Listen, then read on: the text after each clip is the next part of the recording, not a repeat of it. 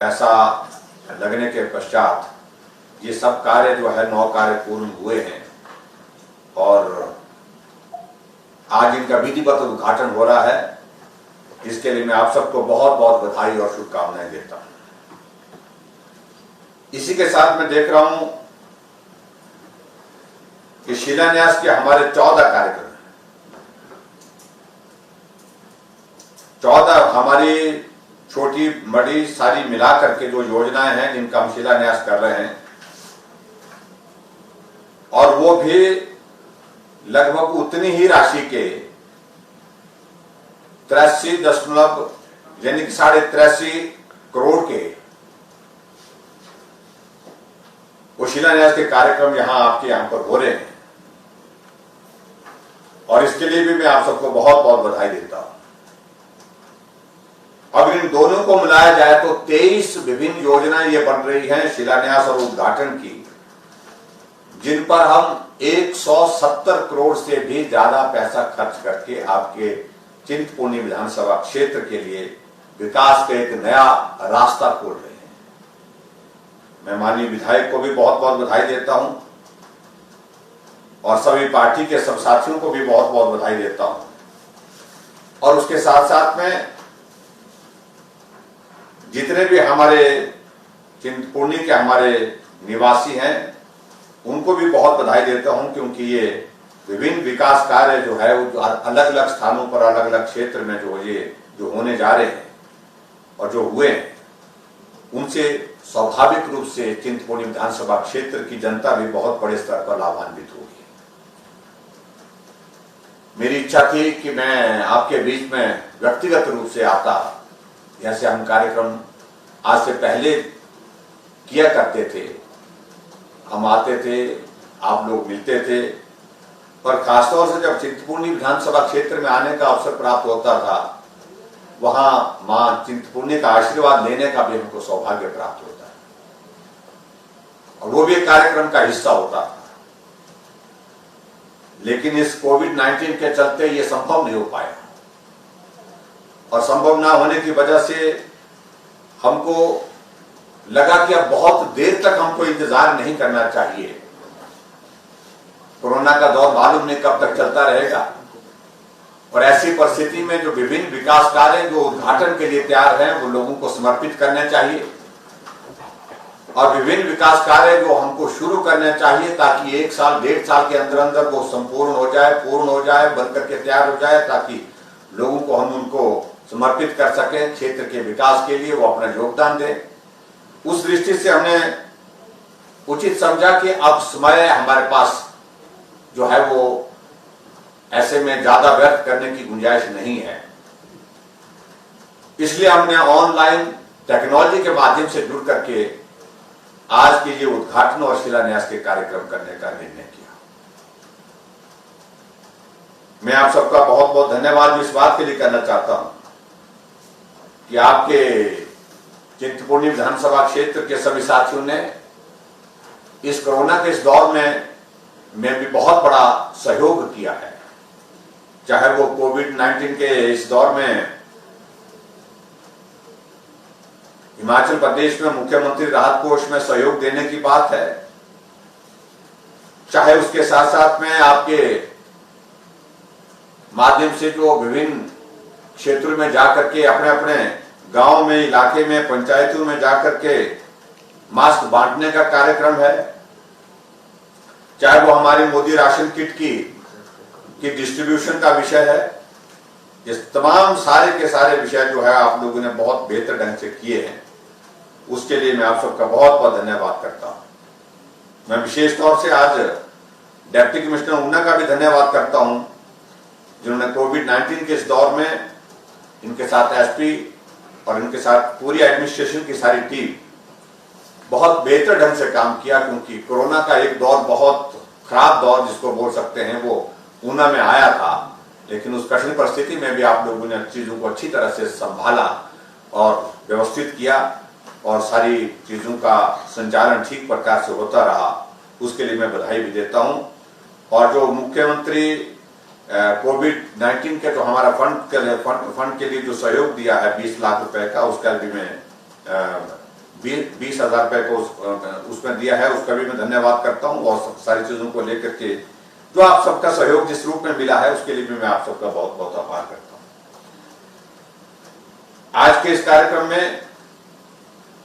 वहां आपके हमारे चुने हुए विधायक बलवीर जी का भी मैं बहुत विशेष तौर से आभार व्यक्त करता हूं, क्योंकि आपके यहां से विधानसभा क्षेत्र से हमको 16 लाख रुपए के लगभग जो है वो योगदान मिला है। विशेष तौर से इसके लिए मुख्यमंत्री कोविड फंड के लिए, कोविड-19 के लिए जो हमने हिमाचल प्रदेश में एक सहयोग के लिए कहा था, उसमें आप सबका सहयोग मिला है। और मैं देख रहा हूं कि मास्क भी अब 28,000 से ज्यादा मास्क आप लोगों ने बना करके लोगों के बीच में बांटे हैं, उसके लिए भी मैं आप सबका बहुत बहुत धन्यवाद करता हूं। आज मैं विशेष तौर से आप सबको इस बात के लिए भी बधाई देना चाहता हूं कि जो आपके जो NSE अंब का जो मामला था, जो पिछली बार भी चर्चा में आया था और हमने कहा था इसका रास्ता निकालेंगे, इसका कोई समाधान निकालेंगे, और आपके विधायक महोदय लगातार इस सारी चीज के लिए लगे रहते थे। और पिछले कल हमने इसकी विधिवत इसकी नोटिफिकेशन की है, उसके लिए भी मैं विशेष तौर से आप सबको बहुत बहुत बधाई देता हूं। ये लंबे समय से आपके क्षेत्र की एक प्रमुख मांग थी, जिस मांग को पूरा करने की दिशा में हम आगे बढ़े। मुझे इस बात की भी प्रसन्नता है कि एक चुने हुए प्रतिनिधि के नाते आपके चिंतपूर्णी विधानसभा क्षेत्र में जो विभिन्न विकास कार्यों के लिए जो जिस प्रकार से काम करने की जरूरत है, वो जरूरतों को ध्यान में रखते हुए हिमाचल प्रदेश सरकार की ओर से पूर्ण सहयोग उसमें दिया गया है। आपके विधायक महोदय लगातार उन सारे विषयों को हमारे समक्ष रखते हैं और हम उसका समाधान करने के लिए प्रयत्नशील रहते हैं। और मुझे इस बात की भी प्रसन्नता है कि आपके क्षेत्र का कोई भी मामला जो है वो विकास से संबंधित जो होता है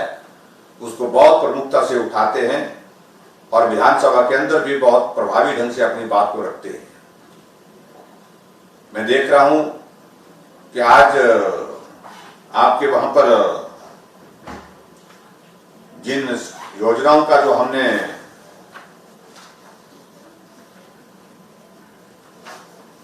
शिलान्यास और उद्घाटन के कार्यक्रम किया है, बहुत कम होता है इतनी बड़ी राशि के उद्घाटन और शिलान्यास के कार्यक्रम एक दिन एक साथ एक जगह देखने को मिले। किसी वक्त ऐसी भी परिस्थिति थी जब हम अपने विधानसभा क्षेत्रों में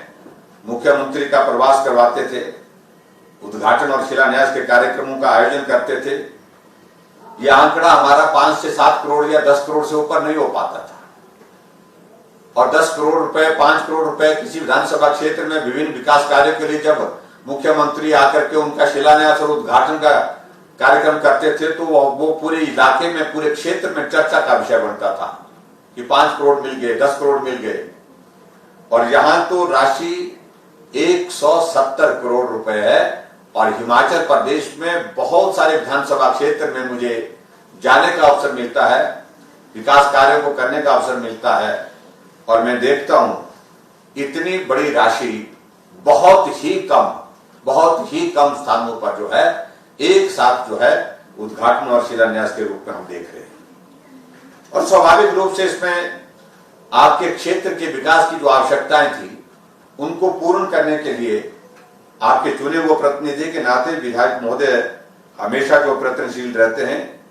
और जब इस प्रकार के प्रयास किए जाते हैं तभी जाकर के ये संभव होता है। और आज मैं देख रहा हूं कि आपके वहां पर विभिन्न योजनाओं का नाम दूं तो मुझे लगता है कि ये बहुत लंबी सूची है जिसमें बहुत बड़ा वक्त लगेगा, लेकिन फिर भी मैं इस बात को देख रहा हूं कि बड़ी बड़ी योजनाएं आपके जो ITI नहरिया के भवन का जो है वो आज शिलान्यास हुआ है, जो लगभग 8.5 करोड़ की लागत से बढ़कर के तैयार होगा और ये उस क्षेत्र के विकास के लिए बहुत बड़ा एक महत्वपूर्ण जो है एक प्रोजेक्ट होगा। और उसी प्रकार से मैं देख रहा हूं जल जीवन मिशन के तहत जो है जो हमारा अम्ब का जो ब्लॉक है वहां पर जो बची हुई बस्तियों के लिए जो पेयजल की जो एक कठिनाई रहती थी उसका समाधान होना चाहिए।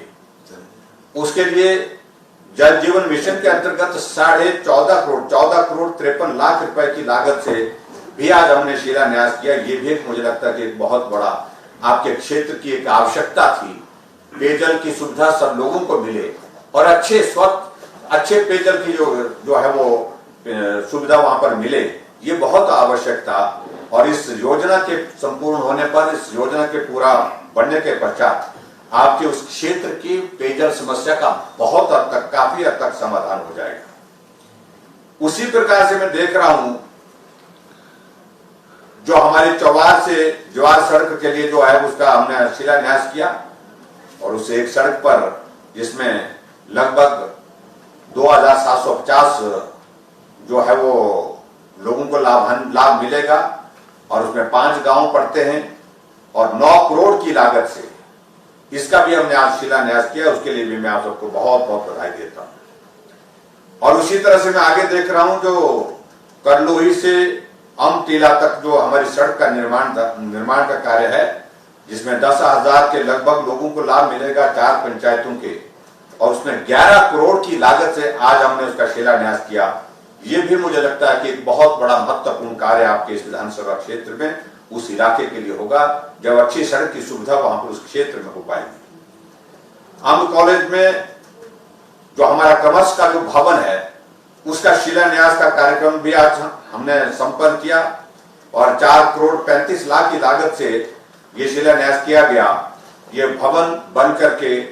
आपके डिग्री कॉलेज अम्ब के लिए एक बहुत मील का पत्थर साबित होगा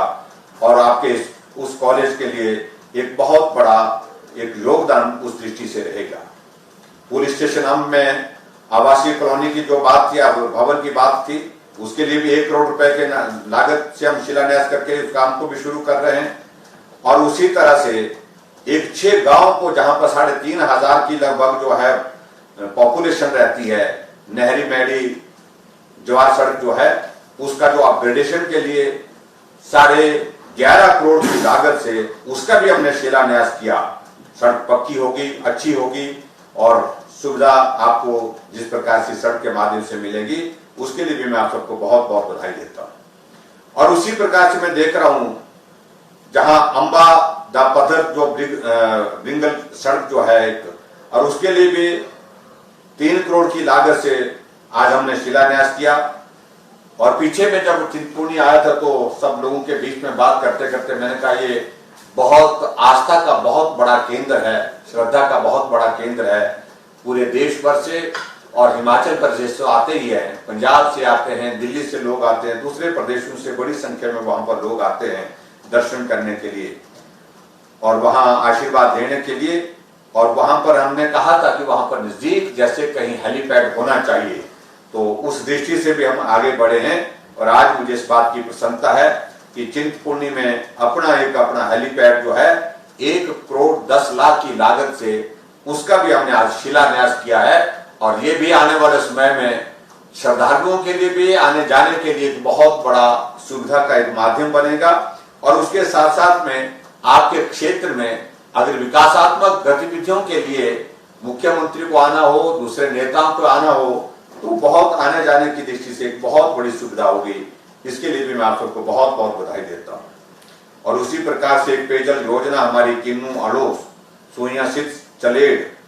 वो बदौली त्यूब उठाऊ पेयजल योजना जो है जिसके लिए 2 करोड़ 60 लाख की लागत से आज हमने शिलान्यास किया। और उसी प्रकार से जो हमारे चौकी मीनार के लिए जो हमारा एक इलाका पड़ता है वहां पर हमारा वेटनरी हॉस्पिटल है, उसका भवन का भी हमने 60 लाख की लागत से उसका भी शिलान्यास किया। और 50 लाख रुपए की लागत से जो हमारा दूसरा जो पशु हॉस्पिटल है जबेड़ में उसका भी हमने शिलान्यास किया। और उसी तरह से एक और हॉस्पिटल हमारा जो कालू दबड़ उसमें भी आज 50 लाख रुपए की लागत से उसका भी हमने शिलान्यास किया।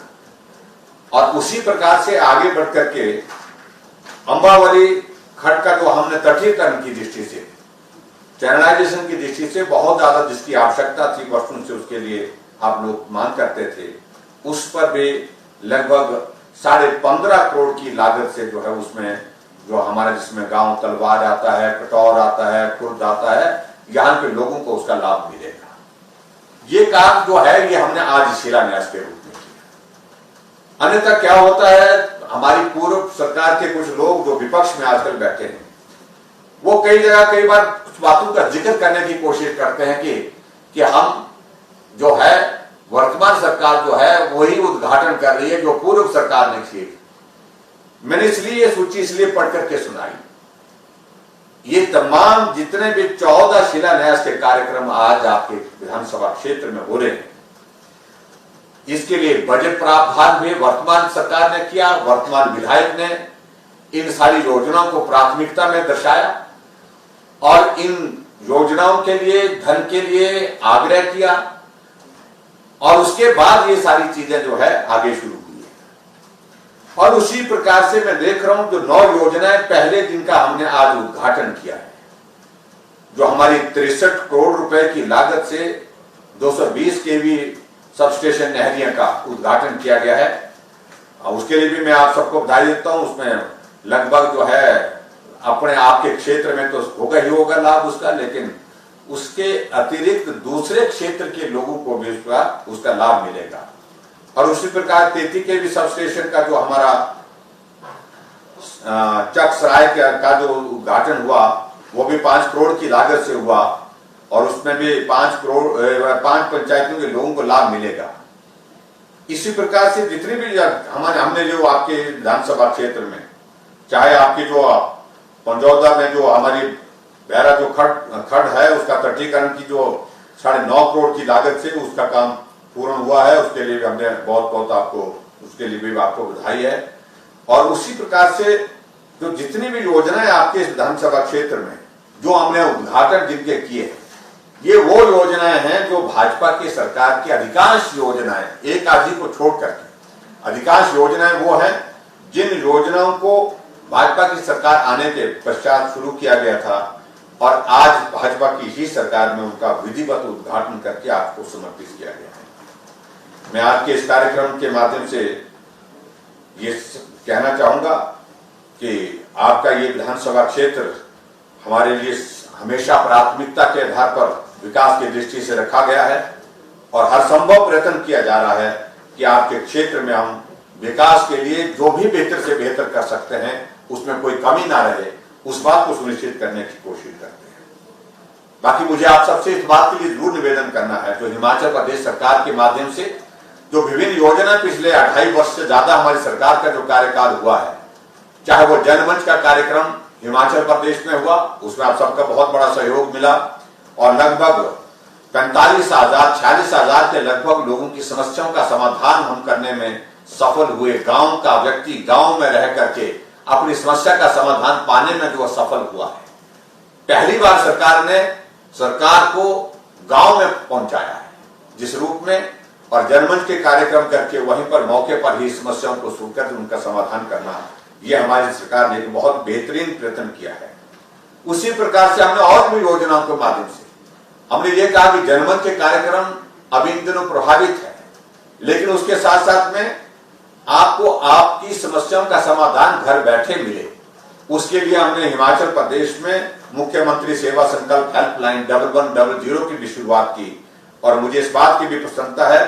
लगभग 74,616 शिकायतें हमें उसमें प्राप्त हुई और उसमें से लगभग 68,000 से भी ज्यादा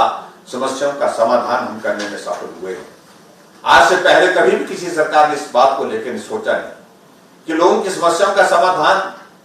करना हमारी प्राथमिकता होना चाहिए। और ऐसे में जो व्यक्ति जो समस्या के समाधान करने के लिए दफ्तरों के चक्कर मारता है और बार बार उसके ऑफिस में जाकर के अपनी बात को कहने के लिए जाना पड़ता है, हमने सारी समस्या का समाधान इस रूप में करने की कोशिश की। अब दफ्तर में जाकर के घर बैठे अपने मोबाइल से 1100 पर फोन करके आप अपनी समस्या का जिक्र कर सकते हैं और समस्या का समाधान करने के लिए सरकार के अधिकारी और कर्मचारी काम करेंगे। और यहां तक कि हम खुद भी इसको मॉनिटर कर रहे हैं, जो समस्याएं नीचे के स्तर पर संभव नहीं हो पाती हैं, उन समस्याओं का समाधान करने के लिए वहां अपने स्तर पर जो है हम प्रयत्न करते हैं, ये मैं आपके बीच में कहना चाहता हूं। मुझे इस बात की भी प्रसन्नता है कि हिमाचल प्रदेश में हमने जो हमारे बुजुर्ग लोग हैं उनके लिए पेंशन का प्रावधान हमने सरकार आते ही शुरू किया था, और उसमें मुझे इस बात की प्रसन्नता है लगभग 2,90,000 के लगभग ऐसे वृद्धजन जो है जिनकी आयु 70 से ऊपर हो गई, उन सबको आय सीमा में छूट देकर के ये पेंशन का प्रावधान हमने जोड़ा। 1,500 रुपए पेंशन का हम उसमें उनके लिए मदद कर रहे हैं, और उसमें मुझे इस बात की खुशी है कि हिमाचल प्रदेश में अभी तक जो है हम जिन लोगों को पेंशन देते हैं उन सब की संख्या लगभग 5,70,000 के करीब हो गई। 5,70,000 लोगों को हम पेंशन हिमाचल प्रदेश में वर्तमान में दे रहे हैं। और उसी प्रकार से आगे बढ़कर के हमने एक और भी योजना शुरू की जिसको गृहिणी सुविधा योजना कहते हैं। आदरणीय प्रधानमंत्री नरेंद्र मोदी जी ने देश के लिए उज्ज्वला योजना की शुरुआत की थी, और लगभग 1,26,000 लोगों को हिमाचल प्रदेश में भी उज्ज्वला योजना के अंतर्गत गैस के चूल्हे मिले, घर में गैस पहुंची। लेकिन बहुत बड़ी संख्या हिमाचल प्रदेश में ऐसी छूट गई थी जिनको गैस की सुविधा नहीं मिल पाई थी। उस दृष्टि से हमने तय किया कि इस काम को हम पूरा करेंगे, और इसलिए हिमाचल प्रदेश में हमने गृहिणी सुविधा योजना की शुरुआत की। और उस योजना के अंतर्गत मुझे इस बात को लेकर के आपको बताते हुए हर्ष हो रहा है कि हिमाचल पूरे देश भर में पहला राज्य बन गया जहां हर एक घर में गैस का चूल्हा पहुंचाने में हम कामयाब हुए। 2,78,000 गैस के कनेक्शन हमने गृहिणी सुविधा योजना के अंतर्गत हिमाचल प्रदेश में सभी घरों में पहुंचाने के लिए हमने कोशिश की, और उसमें हमने सफलता हासिल की। आदरणीय प्रधानमंत्री नरेंद्र मोदी जी ने पूरे देश के लिए एक योजना शुरू की कि गरीब लोगों का इलाज मुफ्त में होना चाहिए, और उसके लिए 5 लाख रुपए तक का हेल्थ कवर उनको लिए उपलब्ध करवाने के लिए एक बहुत ही बृहद और बहुत महत्वपूर्ण योजना पूरे देश भर में आयुष्मान भारत के नाम से शुरू की। और उसमें भी हमने देखा हिमाचल प्रदेश में कि लगभग 22,000 के लगभग लोग उसमें कवर हो रहे हैं, लेकिन हमारी आबादी जो पूरी उसमें कवर नहीं हो पा रही है। हमारी आबादी हिमाचल की 70 लाख से ऊपर हो गई। ऐसी परिस्थिति में हमने कहा बाकी लोगों को भी ये स्वास्थ्य की सुविधा मिलनी चाहिए, मुफ्त इलाज की सुविधा मिलनी चाहिए। उस दृष्टि से हमने हिमाचल प्रदेश में एक शुरुआत की कि हमने बाकियों का इलाज करने की जिम्मेवारी हम अपने स्तर पर लेंगे, और उस दृष्टि से हमने हिमाचल प्रदेश में हिम केयर के नाम से एक योजना की शुरुआत की। और आज मुझे इस बात को लेकर के आप सबके बीच में बताते हुए प्रसन्नता है कि लगभग 86,000 लोगों को मुफ्त इलाज हम करने में सफल हुए हिम केयर के माध्यम से, और लगभग उसमें 90 करोड़ से ऊपर की राशि हमने अभी तक उसमें खर्च कर दी है। और उसके लिए भी मैं हिमाचल प्रदेश में जिन जिन लोगों को स्वास्थ्य की सुविधा मिली है वो स्वस्थ हो, ऐसे में ईश्वर से कामना करता हूं। और उसी प्रकार से और भी बहुत सारी योजनाओं के माध्यम से सहारा योजना हमने हिमाचल प्रदेश में शुरू की। ऐसे गरीब लोग जो कहीं बीमार हो गए, बीमार करने के बाद बिस्तर पर लाचार हैं, बेबस हैं, चल नहीं सकते हैं, लेकिन जिंदगी भर उनका इलाज करना होगा जब तक वो उनके पास जिंदगी है। तो ऐसी परिस्थिति में उनको मदद करने का रास्ता क्या हो सकता है, उस दृष्टि से भी हमने विचार किया और एक सहारा योजना की शुरुआत की हमने हिमाचल प्रदेश में। और मुझे इस बात की प्रसन्नता है कि हिमाचल प्रदेश में उस सहारा योजना के अंतर्गत जो हमने हिमाचल प्रदेश के ऐसे लोगों को उनके खाते में 3,000 रुपए प्रति माह के जो है हर महीने के 3,000 रुपए उनके खाते में डाल रहे हैं जो बिस्तर पर पड़े हैं, इलाज चल रहा है और परिवार का सदस्य उनकी सेवा के लिए वहां पर लगातार उसको उपस्थित रहना पड़ता है क्योंकि उसको अकेले नहीं छोड़ा जा सकता है। उस दृष्टि से भी बहुत बड़ी एक हमने मदद करने की कोशिश की। अभी मैं जहां तक कोविड के चलते हुए मैं आप सबके बीच में ये भी मैं जरूर कहना चाहूंगा कि आदरणीय प्रधानमंत्री नरेंद्र मोदी जी के नेतृत्व में पूरे भारत में हम बहुत मजबूती के साथ इस महामारी के खिलाफ लड़ाई लड़ रहे हैं। और पिछले कुछ दिनों में हम इस बात को भी देख रहे हैं कि बहुत सारे मामले पूरे देश भर में भी बढ़े हैं और उसी तरह से हिमाचल प्रदेश में भी बढ़े हैं, इसमें दो राय नहीं है। लेकिन उसके साथ साथ में मैं ये बात जरूर कहना चाहूंगा, हमारे विपक्ष के लोग बहुत ज्यादा शोर डालने की कोशिशें करते हैं बहुत सारी बातें कहने की कोशिश करते थे। विपक्ष है और उनको लोकतंत्र में अपनी बात कहने का अधिकार है, उसमें हमको कोई ऐतराज नहीं, लेकिन हकीकत को जाने तो सही, हकीकत को पहचाने तो सही। क्या ये सत्य नहीं है कि जो हिमाचल के लोग जो बाहर के राज्यों में संकट में फंसे थे, हमारे हिमाचल के बच्चे पढ़ाई के लिए पूना, हमारे हिमाचल के बच्चे अपने कामकाज करने के लिए रेस्टोरेंट में, होटल में, गोवा में हजारों की संख्या में, बेंगलोर में बच्चे पढ़ाई के लिए हजारों की संख्या में फंसे हुए थे, मुंबई में,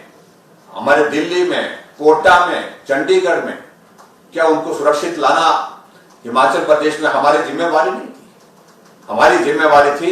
और जिम्मेवारी का हमने ठीक प्रकार से निर्वहन किया। हमने हिमाचल प्रदेश के जितने भी लोग जो बाहर संकट में इस क्षण में फंसे हुए थे, और जब लॉकडाउन का पूरे देश भर में दौर चल रहा था, तो हमने उन सबको हिमाचल प्रदेश में लाया। लगभग 2.5 लाख से ज्यादा लोगों को हिमाचल प्रदेश में वापिस लाए, सुरक्षित लाए, घर में पहुंचाया और उनके जीवन की रक्षा करने में मदद की। ऐसे में कुछ मामले स्वाभाविक रूप से हिमाचल प्रदेश में बढ़े भी हैं, लेकिन मेरा ये मानना है कि उनमें से जो मामले जो बढ़े हैं वो उनका हमने ठीक प्रकार से उपचार किया है, ट्रीटमेंट किया है, उनका आइसोलेशन में रखा गया और आइसोलेशन में रखने के पश्चात, ठीक होने के पश्चात, स्वस्थ होने के उपरांत ही उनको घर भेजा गया है। लेकिन विपक्ष के लोग बहुत कई तरह की बातें करते हैं और मैं उनसे सिर्फ इतना ही कहना चाहता हूं, कहना बहुत आसान होता है लेकिन करना बहुत कठिन होता है। अगर इतना आसान जितना वो कहने में अनुभव कर रहे हैं, तो मैं समझता हूं कि जहां हमको वो सलाह दे रहे हैं, उचित होगा कि हमारे पड़ोस के राज्यों में जहां उनकी सरकार है उनको भी सलाह दें। आपके पड़ोस में ही, ऊना के साथ में ही कुछ किलोमीटर की दूरी पर पंजाब की सीमा लगती है। क्या परिस्थितियां वहां पर है, वहां पर हालात क्या है? हजारों की संख्या में वहां पर जो है वो कोविड पॉजिटिव के केसेस आते हैं। एक दिन में जितने हमारे टोटल अभी तक केस आए, इतने केस उनके 2 दिन में हो जाते हैं। इससे ज्यादा केस उनके 2 दिन के अंदर हो रहे हैं। अभी तो हमारा तो आंकड़ा 5,000 हुआ है, वहां पर कई बार 3-3 हजार एक दिन में पॉजिटिव केस आ रहे हैं। और मृत्यु की संख्या में उसमें कहना चाहता हूं, जितने हिमाचल प्रदेश में हमारे एक्टिव केस की संख्या लगभग है, लगभग उतने के लगभग जो है थोड़ा कम होगा, लेकिन उतने के लोग जो है वहां पर जो है उनकी मृत्यु हो गई। राजस्थान में सरकार कांग्रेस की है, वहां की परिस्थिति देखिए। महाराष्ट्र में कांग्रेस और जो दूसरा उनका गठबंधन है शिवसेना, उनके साथ सरकार है, वहां की हालत देखिए क्या परिस्थिति है। इसलिए उनको इस बात को समझना चाहिए। पूरे देश भर में अगर कहीं सबसे बेहतर बड़े राज्यों में अगर बात आती है, जहां कोविड-19 का बहुत बेहतर ढंग से जो है उसका मैनेजमेंट हुआ है, उनका ट्रीटमेंट हुआ है और सारी चीजों को प्रभावी ढंग से लागू किया गया है, उसमें हिमाचल प्रदेश बहुत बेहतर स्थान पर है। आज भी अगर हम कोविड-19 के सारे केसेस का अगर हम जिक्र करें, तो हिमाचल का स्थान 26वें स्थान पर आता है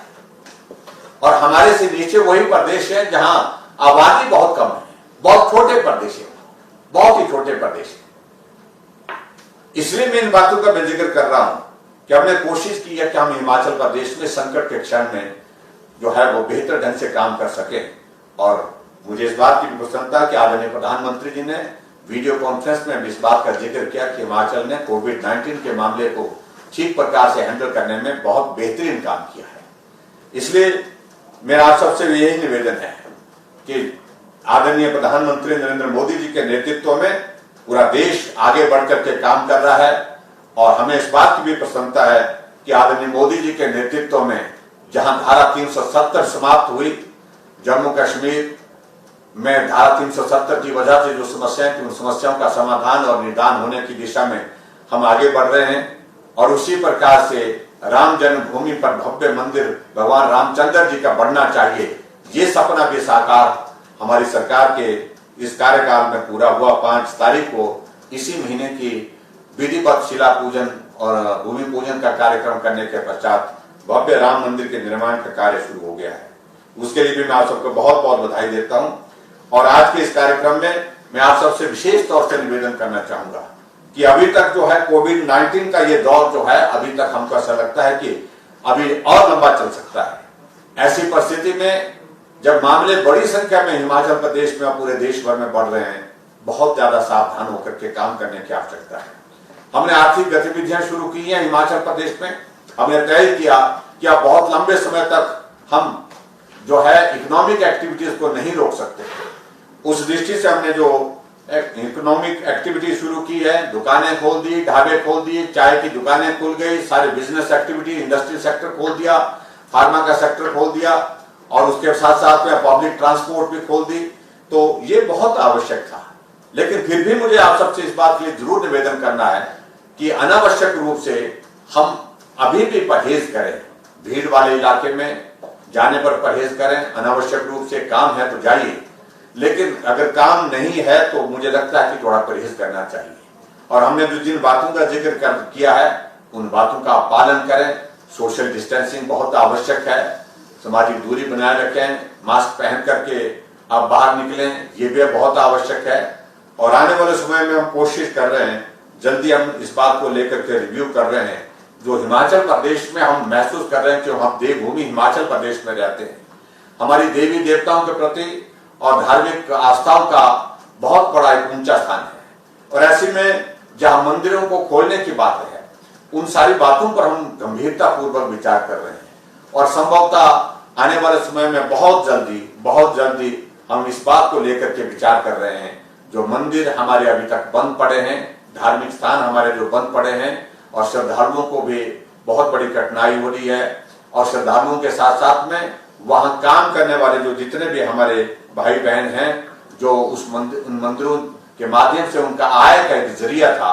और आय का एक माध्यम था, रोजगार का एक साधन था, वो सारे अवरुद्ध हुए हैं। उस दृष्टि से इस बात पर भी एसओपी जारी करके सारी चीजों को लेकर के एहतियात और सावधानियों के साथ हम कैसे मंदिर खोल करके वहां फिर से काम शुरू कर सकते हैं, इस बात को भी हम बहुत जल्दी निर्णय करके आपको सूचित कर देंगे। और आज के इस कार्यक्रम में मैं आप सबको एक बार बहुत बहुत बधाई देता हूं। बहुत सारे शिलान्यास और बहुत सारे उद्घाटन के कार्यक्रम आपके इस विधानसभा क्षेत्र में हम आज की तारीख में हम कर रहे हैं, और उसके लिए आप सबको बहुत बधाई। और निश्चित रूप से मैं कोशिश करूंगा आने वाले समय में जल्दी से आपके विधानसभा क्षेत्र में मेरा आना हो, आप सबका दर्शन करने का और मां चिंतपूर्णी का आशीर्वाद लेने का सौभाग्य प्राप्त होगा। जब मैं वहां पर आऊंगा, कोशिश करूंगा जल्दी, जैसे ही कोरोना के इस दौर से हम बाहर निकलते हैं, बाहर निकल करके हम ऐसे कार्यक्रमों में जो पहले हम जिस प्रकार से करते थे, उस प्रकार के कार्यक्रमों में फिर से आप सबके बीच में उपस्थित होकर के आप सबके दर्शन करें, आप सबसे मिलने का अवसर प्राप्त हो, ऐसी मेरी प्रबल इच्छा है। और एक बार फिर से आज के इस कार्यक्रम के लिए आप सबको बहुत बहुत बधाई, आप सबको बहुत सारी शुभकामनाएं। अपना ख्याल रखें और विधायक महोदय को भी बहुत बहुत बधाई। और मैं यही कहना चाहता हूं कि आने वाले समय में जब भी जल्दी से वक्त मिलेगा, दर्शन करने के लिए भी आएंगे मां का, और आप सबके भी बीच में आकर के समस्याओं के समाधान की दृष्टि से जो चीजें करने की होंगी, उन सारी चीजों को करने के लिए उपस्थित होंगे। बहुत बहुत धन्यवाद, बहुत बहुत बधाई, नमस्कार, जय हिंद, जय हिंद।